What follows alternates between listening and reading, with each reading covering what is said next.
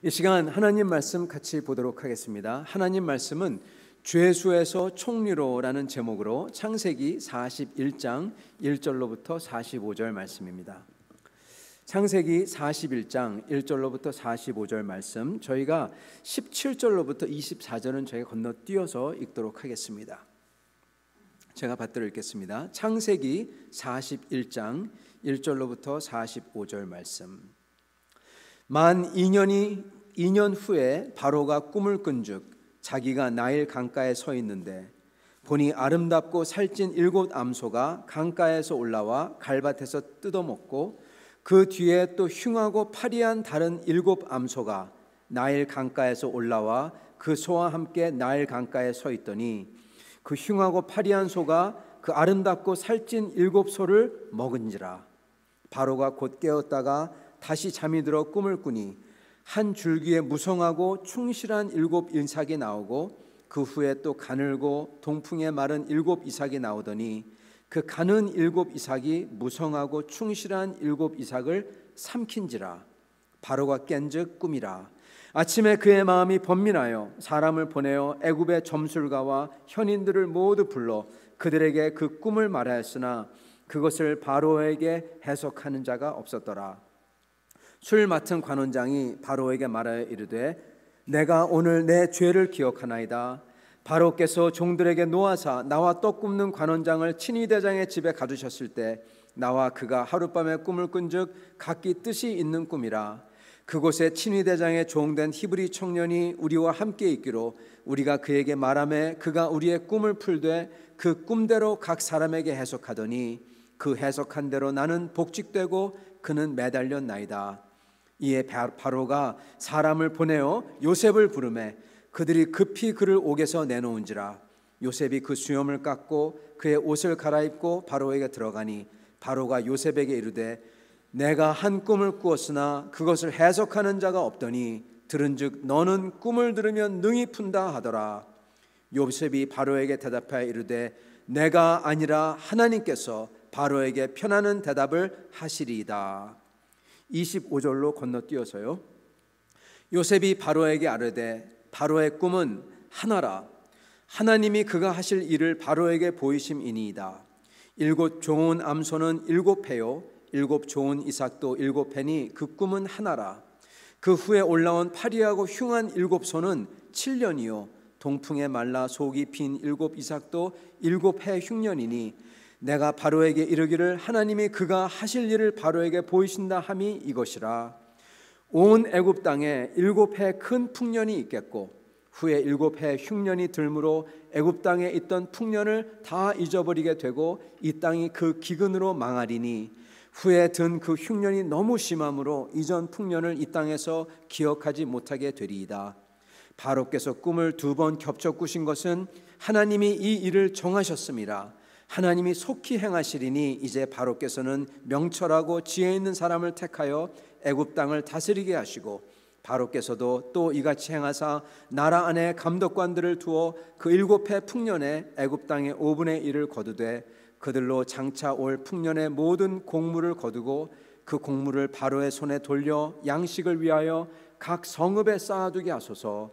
이와 같이 그 곡물들을 이 땅에 저장하면 애굽 땅에 임할 7해 흉년에 대비하시면 땅이 이 흉년으로 말미암아 망하지 아니하리이다. 바로가 그의 모든 신하가 이 일을 좋게 여긴지라. 바로가 그의 신하들에게 이르되 이와 같이 하나님의 영에 감동된 사람을 우리가 어찌 찾을 수 있으리요 하고 요셉에게 이르되 하나님이 이 모든 것을 네게 보이셨으니 너와 같이 명철하고 지혜 있는 자가 없도다. 너는 내 집을 다스리라. 내 백성이 다 내 명령에 복종하리니 내가 너보다 높은 것은 내 왕좌뿐이니라.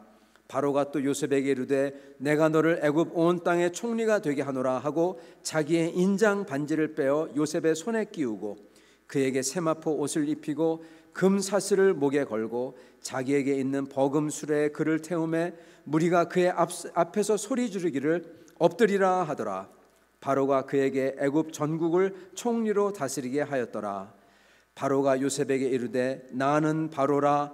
애굽 온 땅에서 내 허락이 없이는 수족을 놀릴 자가 없으리라 하고 그가 요셉의 이름을 사브나 바네아라 하고 또 온의 제사장 보디베라의 딸 아스낫을 그에게 주어 아내로 삼게 하니라.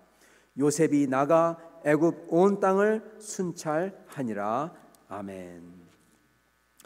여러분, 오늘 하나님의 말씀 죄수에서 총리로라는 제목으로 하나님의 말씀을 같이 나누길 원합니다. 오늘 말씀을 정말 신나는 순간입니다. 드디어 우리 죄송합니다만 이 스토리나 연속극 같은 걸 보면은 쭉 나가다가 반전이 일어나지 않습니까? 바로 반전의 순간입니다. 모든 게 역전되는 순간이에요. 밑에 있던 사람이 올라가고, 이 스토리는 그냥 차곡차곡 올라가는 것도 아니라 한 번에 단숨에 껑충해서 그냥 올라가 버려요.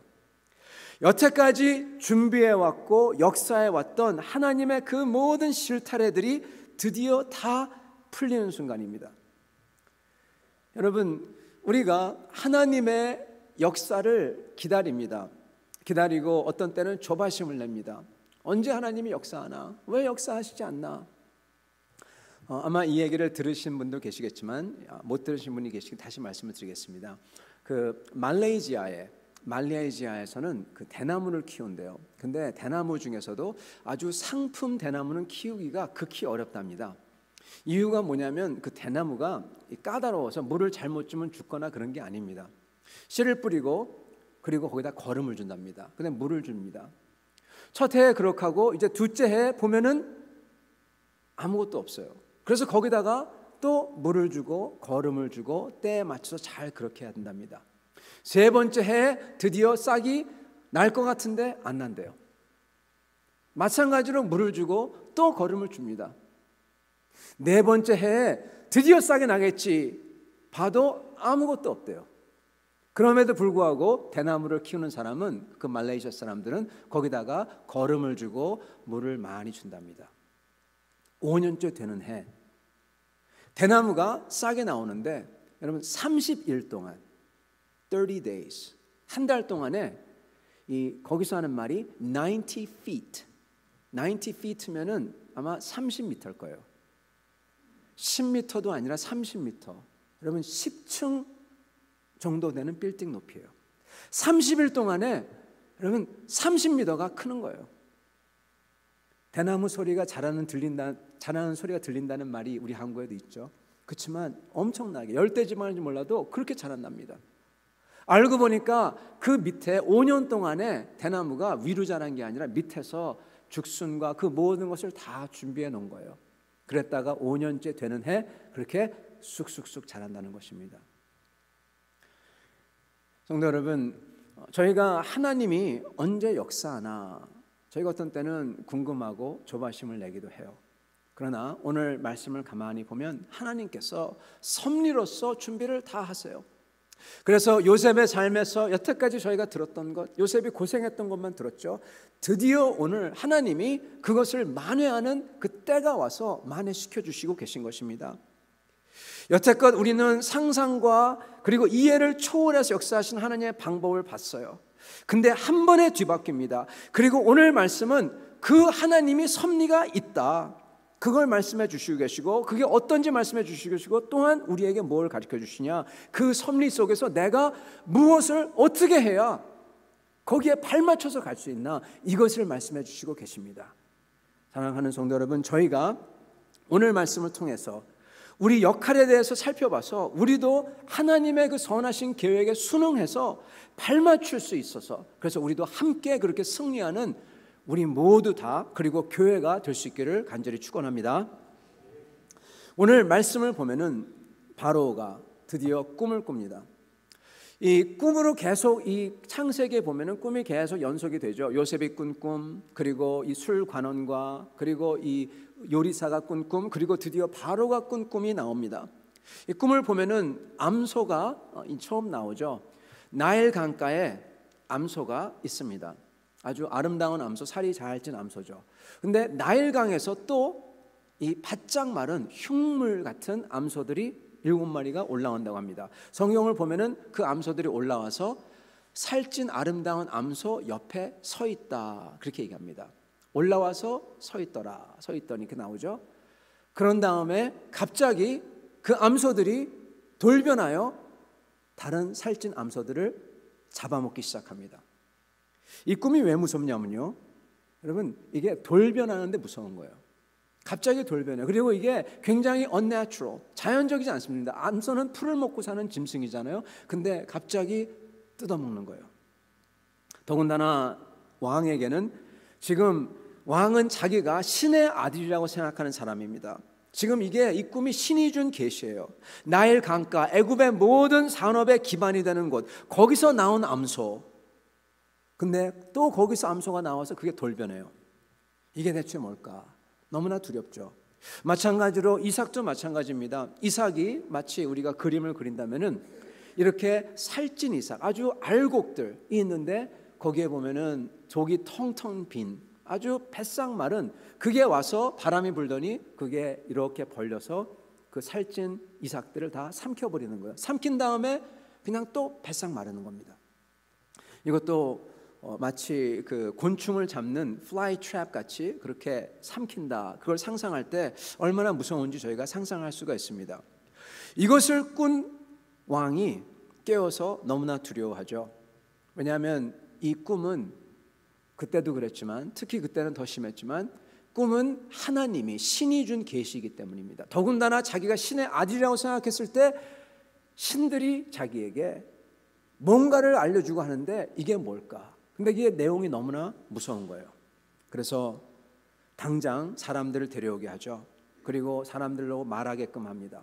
근데 아무도 그것을 못 알아맞혀요. 여러분은 이걸 읽으면서 어떤 생각 하시는지 모르겠지만, 저는 예전부터 이거 읽었을 때 야, 나 같으면 맞췄겠는데 생각이 많이 했었어요. 이거 곡식, 암소, 이거 흉년 아닌가? 풍년 아닌가? 이걸 왜 당연히 한 것을 사람들이 생각을 못했지? 그렇게 생각을 한 적이 예전에 있었습니다. 여러분, 생각할 수도 있었습니다. 근데 얘기를 못해요. 왜냐하면 얘기하는 거에 책임이 따르거든요. 이게 진짜 그 당시 모든 사람들은 꿈은 전부 다 신들, 그들은 신들이라고 생각했죠. 우리는 하나님이고, 그런 존재가, 인간의 밖에 있는 존재가 인간에게 알려주는 거다, 이렇게 믿었어요. 근데 자기가 그러한 것 없이 얘기할 수가 없는 겁니다. 그러니까 아무도 얘기를 못해요. 근데 요셉은 와서 그때 얘기를 하죠. 그때 그때 하나님의 꿈을 그렇게 해석을 받았던 술관원장이 바로 딱 옆에 있어요. 그리고 그가 드디어 신기하게 기억이 드디어 나기 시작합니다. 2년 동안 기억을 다 잊어버렸었는데 신기하게 이제 기억이 나요. 여러분도 아시죠? 왜 기억을 못했는지요? 이 친위대장의 아내를 범하려고 했다가 잡힌 요셉을 감옥에서 나와가지고 자기가 꿈을 맞췄다고 막 얘기하고 다니면은 그 친위대장이 자기를 얼마나 미워하겠습니까? 잘못하면 정말 칼 맞잖아요. 그래서 조용하게 있었던 거죠. 근데 이때가 돼가지고 드디어 아무도 다 그걸 못 알아맞히고 있을 때, 바로 이때 그 사람이 기억이 났다. 이때 얘기해도 괜찮은 거죠. 그래서 얘기를 하는 겁니다. 그래가지고 요셉에 대해서 얘기하고 바로가 당장 데려와라. 그리고 데려옵니다. 그런데 데려와라 그랬을 때 그의 말을 잘 봐야 합니다. 거기 보면은 이렇게 얘기합니다. 친위대장의 종된 히브리 청년, 10절, 제가 10절부터 13절까지 읽겠습니다. 바로께서 종들에게 놓아사 나와 떡 굽는 관원장을 친위대장의 집에 가두셨을 때 나와 그가 하룻밤에 꿈을 꾼즉 각기 뜻이 있는 꿈이라.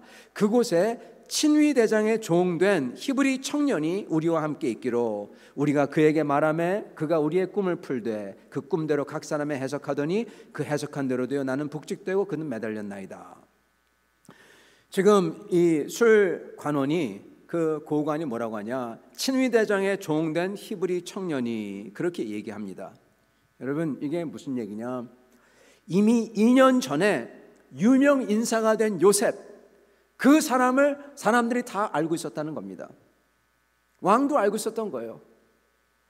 그래서 왕이 데려와 보니, 그리고 그가 해몽하는 것을 보니까 더군다나 거기다가 해몽한 다음에 솔루션까지 어떻게 해야 되는지 척척척 얘기해요. 5분의 1을 거둬서 각 성읍에 비축하게 하시고, 그리고 나눠주게 하시고, 정말 말 그대로 과거에 듣던 소문대로인 겁니다. 그래서 과연 이런 사람이 있었는가 이제 얘기를 하는 거죠.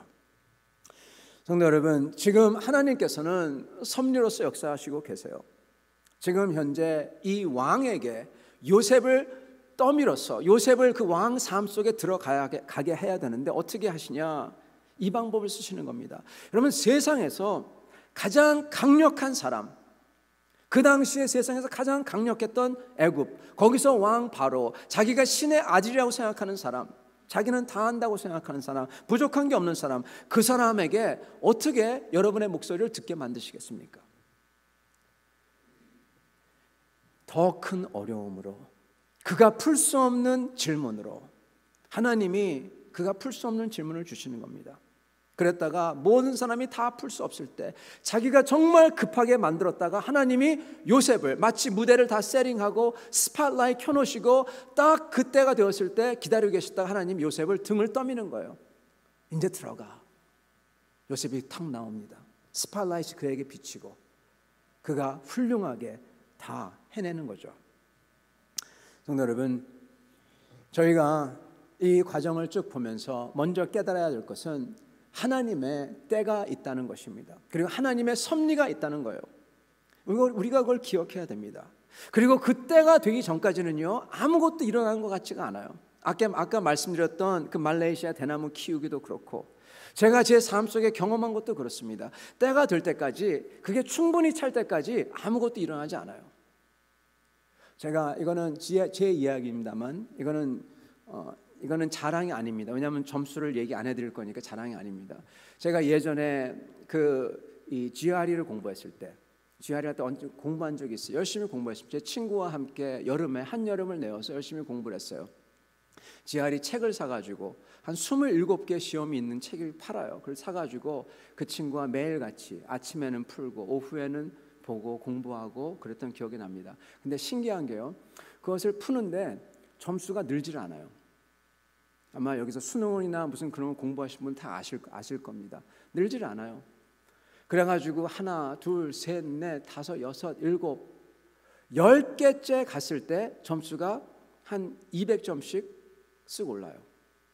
그런 다음에 또 11, 12개를 치는데 점수가 떨어지질 않아요. 쭉 가요. 그러다가 17개쯤 됐을 때 점수가 또 확 오릅니다.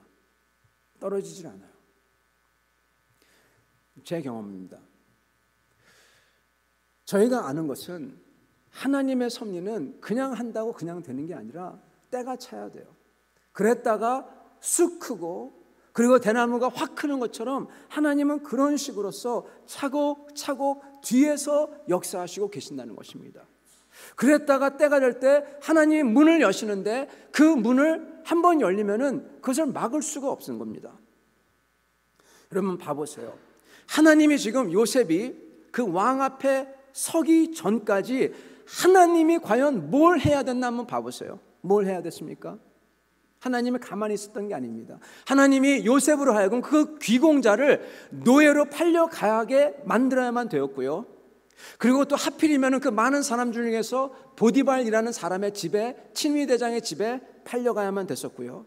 거기서도 일을 잘하고 성실해서 유명세를 타야 했었고, 잘했는데도 보디발의 아내가 억울한 누명을 씌워서 그리고 감옥에 들어가면 됐었고, 감옥에서도 그 간수가 요셉을 좋아해서 그에게 자유롭게 섬길 수 있도록 해야만 됐었고요.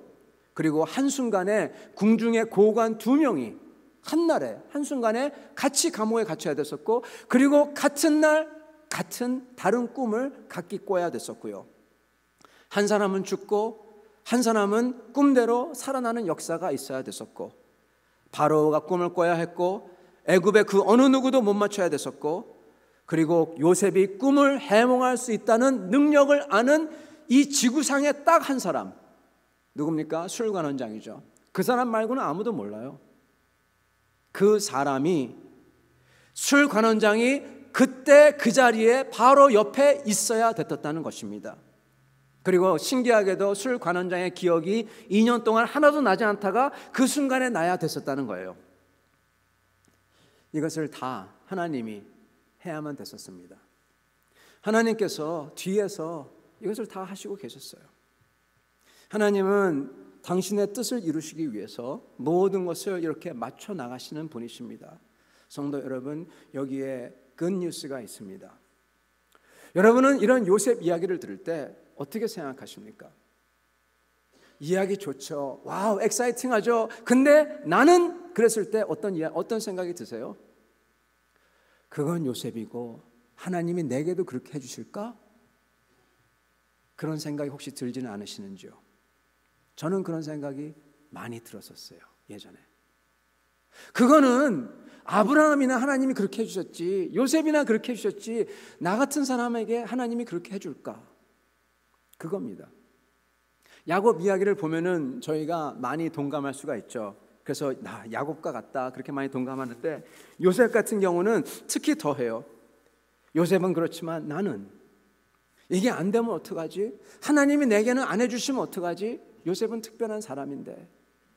성도 여러분, 굿뉴스가 있는데요, 굿뉴스는 하나님을 아는 사람들, 그것도 하나님의 아들의 목숨과 맞바꾼 사람들은 하나님이 요셉과 같이, 요셉보다 더하게 대하신다는 것입니다. 하나님의 아들이 우리를 위해서, 나를 위해서, 여러분 한 분 한 분을 위해서 피를 흘리시고 여러분의 이름을 아시고 내가 너를 지명하여 불렀노라, 그렇게 말씀하신 분이에요. 그러므로 굿뉴스는 하나님께서는 요셉과 같이 하신 것처럼 우리에게도 하신다는 겁니다.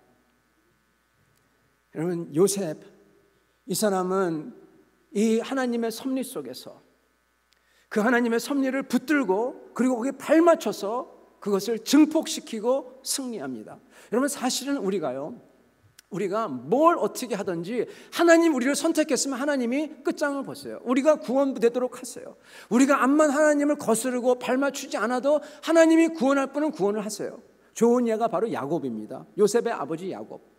그렇게 하나님이 말씀하시는데 말 안 듣고 자기 마음대로 하고 그랬던 사람도 하나님께서는 끝내 가서 하나님의 믿음의 조상으로 만드십니다. 근데 그는 그 인생 내내 괴롭고 싸우고 끝까지 그렇게 어려웠어요. 요셉은요, 여러분, 요셉은 17세에 팔려가죠. 30대에 재상이 됩니다. 13년 동안 정말 죽음보다도 더 어려운 고통을 당한 겁니다. 그런데 요셉이 30세부터 재상이 돼요. 이집트를 언제까지 다스리냐? 그가 죽기 전 110세까지 80년 동안 다스립니다. 여러분, 13년 고생해서 80년 주님의 뜻을 이루고 하는 게 얼마나 좋습니까? 우리들은 그 13년 동안 어렵다고 힘들다고 우리가 컴플레인 하는 거예요. 우리가 주님하고 발을 맞출 때 주님께서는 저희를 통해서 하나님의 일을 더 증폭하고 더 크게 하시고 그리고 더 잘되게 하신다는 것입니다. 그렇기 때문에 저희가 하나님께 발을 맞춰야 될 이유가 여기 있습니다. 요셉이 여기 보면은 2년 동안 감옥에 갇혀 있다가 드디어 나옵니다. 완전히 잊혀졌다가 드디어 나와요. 이제 죽음 말고는 더 이상 내려갈 수 없는 밑바닥 감옥, 거기서 나왔던 감격, 여러분 상상할 수가 없을 것입니다.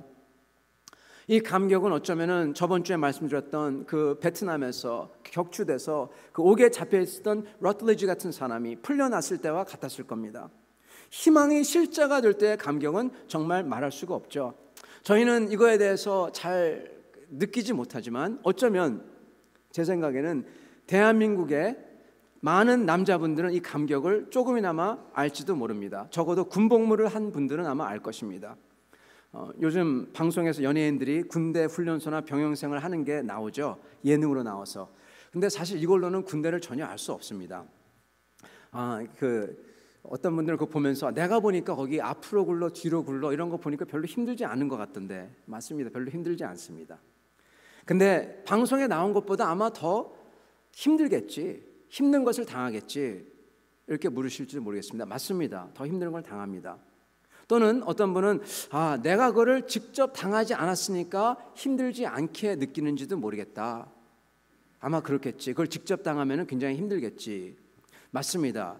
즉 자기가 그걸 직접 안 당해보면 얼마나 힘들지 참 모릅니다. 그런데 이 군대나 감옥도 비슷하겠지만 더 심하겠지만 뭘 당한다, 덜 당한다, 더 힘든 게 있다, 없다. 군대의 어려움은 사실 그 차원이 아닙니다. 왜냐? 당한다, 안 당한다는 한 번의 일이기 때문에요. 군대에 징집되어서 훈련소에 들어가는 순간 배웅했던 사람들이 가고 이제 문이 철커덩 닫힙니다. 닫혔을 때 닫히는 순간 오와 열을 맞춰 써야 돼요. 그런 순간 이제 모든 게 오와 열을 맞춰 서야 되는 세상으로 바뀐 거예요. 세상이 바뀐 거예요. 오와 열을 맞춰서 서야만 되는 세상이 바뀌었고요. 그리고 나 자신도 오와 열의 일부가 된 존재로 바뀐 겁니다.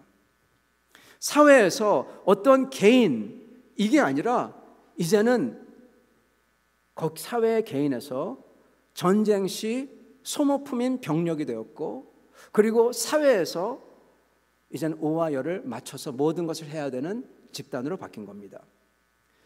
저의 지위와 스테이터스와 거기에 맞게끔 대하는 태도가 전부 다 바뀐 거예요.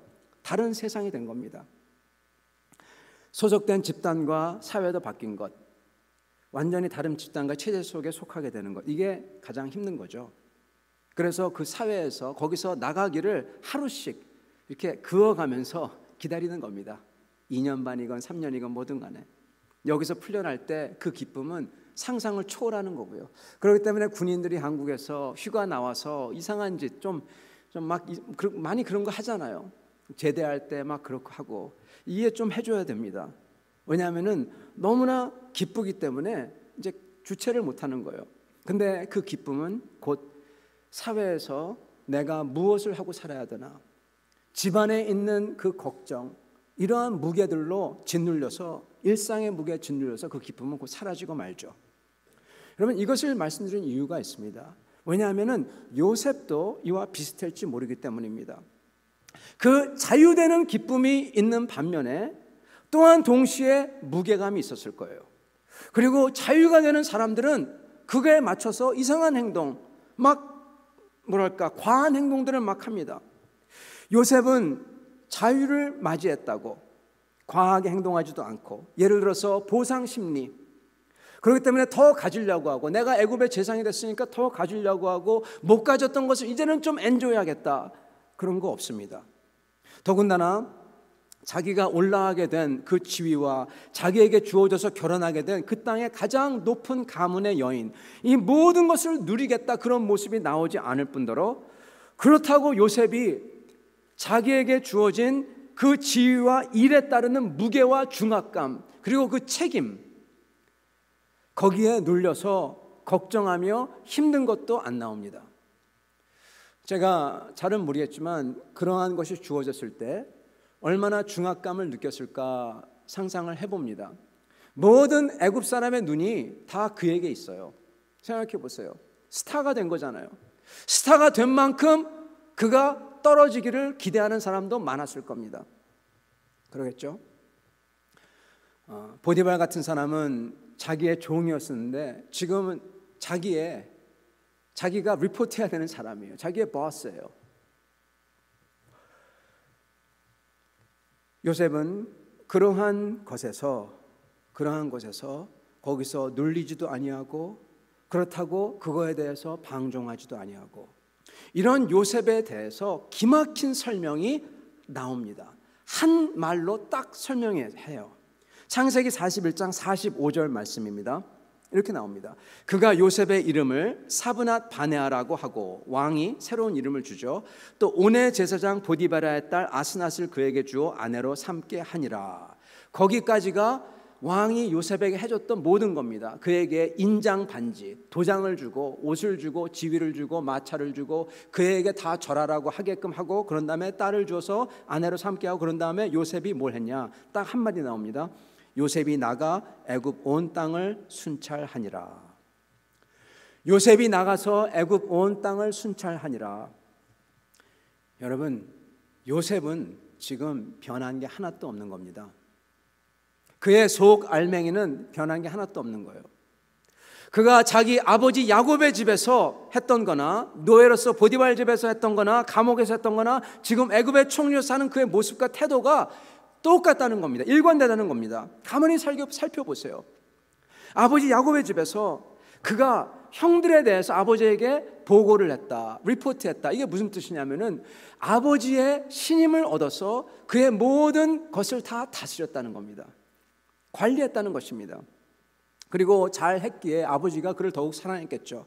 보디발의 집에서도 마찬가지입니다. 그에게 다 맡겼다, 다 관리하도록 했다. 그래서 보디발이 그를 좋아하죠. 감옥에서도 간수가 그에게 죄수들을 다 맡겼다. 애굽의 왕도 요셉이 어떤지 간파하고 그에게 다 맡겼다. 그게 오늘 나오죠. 여러분, 그렇게 모든 것을 맡았던 요셉이 뭘 합니까? 총리가 되자마자 그가 한 것은 애굽 땅을 다 순찰했다. 그렇게 나옵니다. 그는 신실하게 그리고 충성되게 아버지의 집에서나 보디발의 집에서나 감옥에서나 총리로서나 일관되게 충성되게 성실하게 했다는 것입니다. 그게 이 말이 그를 설명해 주는 단어입니다. 그는 지위가 가장 높아져도 바뀌지 않았다. 더군다나 요셉이 그랬던 이유가 있어요. 32절에 이렇게 나옵니다. 바로께서 꿈을 2번 겹쳐 꾸신 것은 하나님이 이 일을 정하셨음이라. 하나님이 속히 행하시리니. 같은 내용의 꿈을 2번 꾼 것은 하나님이 분명히 하겠다고 그렇게 말씀하신 거고, 이게 곧 닥치기 때문에 그렇게 하신 거다, 그렇게 얘기합니다. 그래서 요셉은, 다른 사람은 다 모르지만 요셉은 그 해안이 있기 때문에, 그 비전이 있기 때문에, 비저너리 요셉은 그것을 당장 일을 시작한 겁니다. 그게 곧 닥칠 거니까. 요셉의 인격과 모습, 지금 그의 모습, 그의 충성됨과 성실함, 그는 야곱의 집, 보디발의 집, 감옥, 그리고 지금 왕 앞에서 전국을 다스리는 사람으로서 변치 않고 똑같다는 것입니다. 그러면서 그러기에 그 모든 영광을 하나님께 돌리고요, 영광만이 아니라 하나님이 하시는 것을 분명히 알고 하나님과 같이 발맞춰서 나가고 하나님의 뜻에 맞춰 준비하고, 이걸 바로에게 얘기하는 겁니다. 여러분, 바로에게 요셉이 이렇게 얘기합니다. 15절에, 41장 15절에 바로가 요셉에게 이르되 내가 한 꿈을 꾸었으니 그것을 해석하는 자가 없더니 들은즉 너는 꿈을 들으면 능히 푼다 하더라. 16절 요셉이 바로에게 대답하여 이르되 내가 아니라 하나님께서 바로에게 편안한 대답을 하시리이다. 내가 아니라 하나님이 하십니다. 그렇게 얘기합니다. 왕의 꿈을 다 이야기를 듣고 나서는 요셉이 이렇게 얘기해요. 25절 요셉이 바로에게 아뢰되 바로의 꿈은 하나라. 하나님이 그가 하실 일을 바로에게 보이심이니이다. 하나님이 지금 보이시고 계시대요. 그리고 왕에게 해석을 다 해준 다음에 이렇게 말합니다. 32절 바로께서 2번 꿈을 겹쳐 꾼 것은 하나님이 이 일을 정하셨습니다. 하나님이 속히 행하시리니. 여러분, 지금 요셉은 내가 이것을 잘 압니다, 발탁이 됐으니까 저는 그걸 꿈을 풀 수 있습니다, 그러지 않고 내가 아니라 하나님이 하십니다, 그렇게 얘기합니다. 하나님이 하실 겁니다. 하나님의 해석입니다. 하나님이 할 겁니다. 요셉은 마치요, 자기는 이렇게 한번 말하고 다시 감옥에 돌아가도 좋다, 그러한 태도인 것 같아요. 여러분, 지금 왕에게 어필해야 되잖아요. 자기가 잘 보이고 자기가 능력이 있다 이래야지 자기를 꺼내 써줄 거 아닙니까? 근데 요셉은 그러지 아니하고 하나님, 내가 아니라 하나님이 하십니다. 하나님이 하십니다. 그렇게 반복해서 말한 후에 자기는 그냥 다만 하나님의 쓰임을 받는 자라 그렇게 얘기합니다. 하나님께서 이 사람을 얼마나 기뻐하실지요. 우리가 이 세상을 살면서 하나님께 한때 크게 쓰임을 받았지만 나중에 가서 보면은 이렇게 하나님에게 영광을 못 돌리는 사람들이 있는 것을 종종 보곤 합니다. 여러분, 왜 그렇습니까? 저희가 어느 순간 그게 내 것이 되어버리기 때문에 저희가 교만해져서 그렇습니다. 요셉은 그러지 아니하고 처음부터 끝까지 일괄되게 자기가 다시 감옥 들어가도 좋은 것처럼 그냥 일괄되게 행하는 거예요. 이게 뭘 보여주냐? 이게 보여주는 것은요, 하나님이 쓰시기에 알맞은 사람이 다 되었다는 것입니다. 드디어 하나님이 쓰실 수 있는 인격이 됐다는 거예요. 더군다나 요셉은 거기서 그치지 아니하고 뭐라고 합니까? 솔루션을 다 얘기해줘요. 하나님의 뜻을 거스르지 않고 순응하면서 어떻게 하면은 그 뜻에 발맞춰 나가는지 그 방법까지 다 얘기해 줍니다. 이게 뭘 보여주냐? 요셉은 하나님께서 쓰시기에 그냥 작은 게 아니라 민족 전체를 구원하기에, 이스라엘을 구원하기에 애굽과 그 당시 고대 근동을 다 굶주림에서 구하는데 거기에 쓸만한, 거기에 합당한 인격과 능력과 모든 것을 갖춘 사람이 되었다는 겁니다. 요셉이 자유를 맞이하고 자유와 지위를 가진 사람으로서 어떻게 행동하는 것이 하나님께서 드디어 요셉을 쓰실 준비가 다 끝났다, 완성이 되었다, 이걸 보여주고 있습니다. 그러므로 오늘 말씀은 하나님의 섭리가 지금 진행되고 계시다는 것, 그리고 그렇다면은 그 가운데서 내가 어떻게 해야지 그 거대한 하나님의 섭리 속에서 그 하나님의 힘과 능력에 반하지 아니하고 그것을 맞춰서 발맞춰서 갈 수 있는지 알려주고 있는 겁니다. 여러분, 마치 거대한 파도가 밀려오고 있어요. 그 파도가 철썩하고 칠 겁니다. 근데 그걸 맞으면은 다 파괴되고 부서지죠. 그러나 어떤 사람은 그 파도를 타는 사람이 있어요. 서핑이죠. 오스트레일리아 같은 데 가면은 거대한 파도가, 정말 큰 파도가 닥쳐옵니다. 근데 그것을 타면서 즐기는 사람이 있어요. 저희가 그 하나님의 힘에 같이 올라탈 때 그건 정말 신나는 거라는 것입니다. 하나님의 힘에 어떻게 올라탈 수가 있을까요? 하나님의 힘에 거스르는 사람이 아니라 어떻게 하면 거기에 발 맞춰가지고 하나님의 뜻을 같이 이루는 사람이 될 수가 있을까요? 그게 하나님께 영광을 돌리는 삶이잖아요. 오늘 이 네 가지를 말씀드리고 같이 나누길 원합니다. 여러분, 첫 번째, 하나님께 가까이 나아가야 합니다. 요셉은 하나님과 같이 가까이 나가서 동행했었습니다. 그리고 두 번째는 내가 하나님과 함께 하는지, 내가 하나님하고 발맞춰 가는지, 아니면은 내가 하나님을 거스르는지 살펴봐야 됩니다. 그리고 내 모습이 보일 때 내 자신을 하나님의 뜻과 방법에 맞추도록 바꿔야 됩니다. 저기에 내 삶 속에 진실됨이 있나, 거룩함이 있나, 사랑함이 있나, 주님의 복음을 위함이 있나, 이게 없다든지, 내가 교만하여서 하나님의 역사도 내가 보지 못한다든지, 내 길만을 주장하고 완고하다든지, 그러면 여기서 돌이켜서 회개해서 바뀌어야 됩니다. 이게 있어야 됩니다. 세 번째는 우리가 항상 하나님 앞에 서 있다는 것을 깨닫고 그분 앞에서 내가 충성되고 성실해야 됩니다. 여러분, 마지막으로는 하나님의 섭리가 쌓여서 하나님의 그 기회의 순간, 역사의 순간이 드러날 때 저희가 그것을 붙잡아야 됩니다. 근데 어떻게 해야지 이걸 붙잡을 수가 있을까요? 어떻게 해야 이것을 붙잡을 수 있는 사람이 될 수 있을까요? 여러분, 요셉은요, 봐보세요. 아까 사람들이 와서, 그 많은 사람들이 와서 왕의 그 꿈을 듣고 해몽하지 못했다고 했잖아요. 요셉은 그 꿈을 해몽했다고 했지 않습니까? 여러분, 이걸 잘 봐야 됩니다. 왜 많은 사람들이 해몽을 못했을까? 왜냐하면 아까 말씀드린 것처럼 진짜로 그 당시 사람들은, 그 사람이 진짜 가짜 주술가나 점성가가 아니라 나름대로는 진짜 자기가 주술가나 점성가라고 생각하는 사람들은요, 그냥 거짓말을 못해요. 진짜 자기가 이 꿈이 인간의 그 realm 밖에서 온 것인데 이것을 알려면은 자기가 섬기는 신들에게서 뭔가를 받아야 돼요. 근데 그게 없는 겁니다. 요셉은요, 뭐라고 합니까?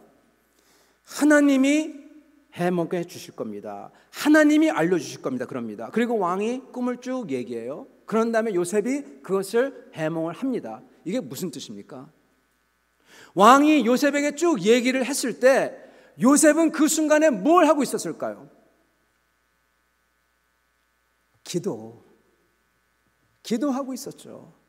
왜냐하면 왕이 쭉 얘기할 때 내 해석이 아니라 하나님이 주는 해석을 받아서 얘기를 한 거예요. 왕이 얘기하는 순간과 그리고 꿈을 해몽하는 순간 그 사이에 있었던 것은 하나님과 대화가 있었다는 것입니다. 사랑하는 성도 여러분, 저희가 하나님하고 같이 가려면은 요셉처럼 순간순간마다 주 하나님과 동행해야 된다는 겁니다.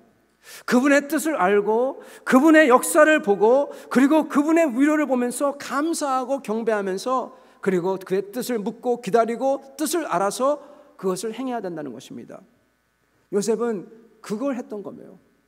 성경에는 자세히 안 나오지만 요셉은 어려울 때마다 순간순간마다 하나님하고 대화하고 하나님의 뜻이 무엇인지 알고 그것을 충실하게 했다는 것입니다. 성도 여러분, 요셉은 그렇지만 특별한 사람 아닙니까? 성도 여러분, 이거 말씀드릴게요. 요셉이 그렇게 감옥 속에서도 노예가 됐었어도요, 희망을 잃지 않고 하나님께 기도할 수 있었던 이유가 무엇일까요? 근거가 있어야 되잖아요. 근거가 없는데 그냥 셀프 희망이라고 하죠. 그거를 그냥 잘 되겠지. 여러분, 그거 되지도 않고 그거 말도 안 되는 거지 않습니까? 근거가 있어야 돼요. 무슨 근거가 있었기에 요셉은 그 어려울 때 주님을 붙잡고 기다릴 수가 있었을까요? 이유는 하나입니다. 약속. 하나님에게 약속을 받았어요. 약속이 어디 나오냐? 바로 요셉의 꿈입니다. 요셉의 꿈. 요셉이 형들에 대해서 집에 대해서 꿨던 꿈. 요셉은 하나님의 신앙으로 커오면서 하나님을 알았고 하나님께 받았던 그 약속이 있길래 그 약속을 붙잡고 그 위에 선 것입니다. 여러분, 우리는요, 약속이 얼마나 많은 줄 아세요? 이만큼 있어요. 이 성경에는 약속이 전부 다 우리 겁니다. 요셉은 성경도 없었어요. 그러나 약속도 없이 자기에게 주신 꿈을 붙잡고 그 약속을 붙잡고 섰던 것입니다. 그래서 하나님께 발 맞출 수 있었고 성실하고 충성할 수 있어요. 우리는 약속이 너무나 많습니다. 근데 문제는 뭐냐? 약속은 많은데 내 약속은 없어요. 내 약속이 없어요. 수많은 사람들이 신앙생활을 하면서 이건 요셉 이야기지, 이건 야곱 이야기지, 누구 이야기지, 내 거는 아니에요. 이게 성경 말씀인데 내 약속은 아니에요. 사랑하는 성도 여러분, 우리에게는 하나님께서 주신 약속이 너무나 많습니다. 이 성경 약속에서 그 약속을 내가 붙들을 때, 이것을 내 것으로 만들고 믿을 때 그 사람이 변하는 거예요. 진짜 그게 내 약속이 될 때. 믿음입니다. 우리가 삶 속에서 하나님의 약속을, 이 성경의 약속에서 내가 분명히 그 약속을 내 것으로 받아서 그것을 믿고 그 약속대로 살고 따를 때 큰 역사와 기적이 일어난다는 것입니다. 여러분, 그 믿고 따르는 방법이 바로 요셉의 방법이에요. 평상시 하나님께 여쭙고 약속에서 위로를 받고 그래서 기다리고 그래서 경거망동하지 아니하고 하나님의 위로와 역사가 임할 때 감격해서 예배를 드리고 찬양을 드리고 그리고 하나님께 그 영광을 드리는 겁니다. 하나님이 하셨다고, 하나님이 하신다고. 그러면서 그의 삶은 충성과 성실과 겸손으로 차 있는 것입니다. 오늘 하나님께서는 그런 사람을 오늘도 찾고 계십니다.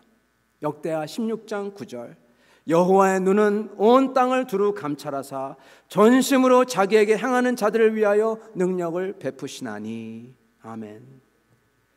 주님은 오늘도 이 세상에 사람은 많지만, 주님을 안다는 사람은 많지만 주님의 약속을 요셉처럼 그리고 여기 나온 성경의 그 인물들처럼 붙잡고 주님을 따르고 주님의 그 섭리에 발맞추는 사람을 찾는다는 겁니다.